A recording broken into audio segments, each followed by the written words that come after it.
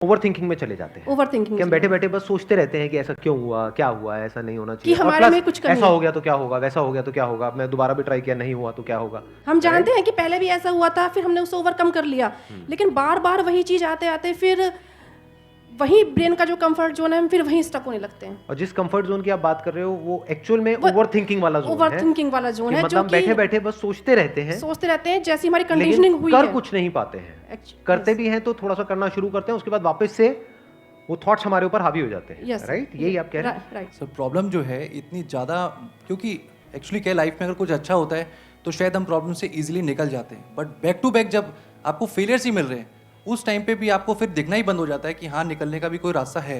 Problem सबसे बड़ी पता है क्या है, कि सबको यही लगता है कि हमारी प्रॉब्लम सबसे बड़ी है। अगर यहां पर मैं एक एक करके सबको बोलूं कि आप बताओ कि आपकी लाइफ में क्या क्या प्रॉब्लम्स आई या अभी क्या प्रॉब्लम्स चल रही है, तो आई एम श्योर कोई सोच भी नहीं सकता कि अच्छा ऐसी प्रॉब्लम्स भी कोई फेस कर सकता है क्या। तो इन प्रॉब्लम्स के बावजूद भी कुछ लोग आगे बढ़ पाते हैं, कुछ नहीं बढ़ पाते हैं। That is the big question कि एग्जैक्टली हम स्टक कहां पर होते हैं। क्या हम एक्चुअल में लाइफ में प्रॉब्लम्स में फंसते हैं या उन प्रॉब्लम्स को लेकर के जो हमारी थिंकिंग है वहां फंसते हैं। सबसे पहले ये चीज हमको क्लियर होना चाहिए। तो जो हम कह रहे हैं फंस गए हैं, हम एक्चुअल में प्रॉब्लम्स में नहीं फंसे हैं, क्योंकि प्रॉब्लम्स तो सबकी लाइफ में है। हम एक्चुअल में थिंकिंग में फंस जाते हैं। ये पॉइंट सुनने में छोटा लग रहा होगा, but it is a very big point two understand in life, जो 99% लोगों को नहीं समझ में आता है। हम क्या समझते हैं कि हम प्रॉब्लम्स में फंस गए हैं, क्योंकि the moment you say that, तो जब तक प्रॉब्लम्स रहेगी तब तक आप फंसे रहोगे। और प्रॉब्लम्स कब तक रहेंगी? लाइफ टाइम, जब तक लाइफ रहेगी। बट द मोमेंट यू से कि मैं प्रॉब्लम्स में नहीं फंसा हूं, प्रॉब्लम्स मतलब लाइफ में नहीं फंसा हूं, मैं लाइफ के बारे में जो मेरी थिंकिंग है उधर मैं फंस गया हूं जाकर के। अब मैं उस थिंकिंग को कैसे चेंज करूं? इफ यू से दैट, तो वो आपके हाथ में पूरा कंट्रोल है। But if you ask me this question कि मेरी लाइफ की जो प्रॉब्लम्स हैं वो कैसे सॉल्व हो, तो उसका कोई जवाब नहीं है, क्योंकि वो कभी नहीं होगा। आज आपकी एक प्रॉब्लम है, वो सॉल्व हो भी जाएगी, कल कोई और प्रॉब्लम आ जाएगी, परसों कोई और आ जाएगी, फिर कोई और आ जाएगी, फिर कोई और आ जाएगी। Right sir. तो कैसे हम अपनी थिंकिंग को चेंज करें? सिंपल, थिंकिंग चेंज हो गई तो सब चेंज हो जाएगा। सब चेंज हो जाएगा, क्योंकि प्रॉब्लम्स को देखने का नजरिया बदल गया तो प्रॉब्लम बदल गई। एक बंदा जिसकी थिंकिंग नहीं फंसी हुई है, उसको आप चारों तरफ से फंसा दो, वो निकल जाएगा। लेकिन जिसकी थिंकिंग फंसी हुई है, उसको आप जा करके दुनिया जहान के सारे रिसोर्सेज दे दो, पूरा का पूरा खजाना भी दे दो, तब भी वो नहीं निकल पाएगा, तब भी रोएगा बैठ करके कि क्या मेरे को चारों तरफ खजाने से कैद कर दिया। अरे भाई खजाना है, कैद नहीं है।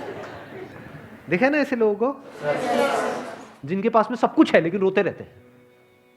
तो सब कुछ मिलना इज नॉट अ सोल्यूशन। जिनकी लाइफ में कोई प्रॉब्लम नहीं है वो भी रो रहे हैं। सो अब आता है कि इसका सोल्यूशन क्या है, कि we are stuck in our thought process, how to get out of it. तो सबसे पहली चीज ये समझनी है, ज्यादा सोचने से कुछ नहीं होता है, सही सोचने से होता है। अभी सही सोचना क्या है? What is right thinking, not positively सोचना। इसको भी ध्यान से समझ लेना। पॉजिटिव सोचना क्या सही सोचना होता है? फॉर एग्जाम्पल, आगे आप जा रहे हो, किसी जंगल में हो और आगे दलदल है और आप पॉजिटिव सोच रहे हो, मेरे साथ में कभी कुछ गलत हो ही नहीं सकता, मैंने ताबीज पहना हुआ है, ये मुझे बचाएगा। बहुत लोग हैं बहुत पॉजिटिव है लाइफ को लेकर के, बट क्या उनकी सोच सही है? अभी सही सोचना क्या है? सर मेरे हिसाब से मतलब इंटेलिजेंसी से सोचना, कि मतलब कुछ ऐसा सोचे कि आगे जाके हमें कोई हानि ना हो, कि एक इंटेलिजेंट माइंड से सोचे। अभी इंटेलिजेंट क्या है और फूलिश क्या है? एक है फूलिश तरीका सोचने का, बेवकूफों की तरह सोचना, एक है इंटेलिजेंस के साथ में सोचना। What is intelligence?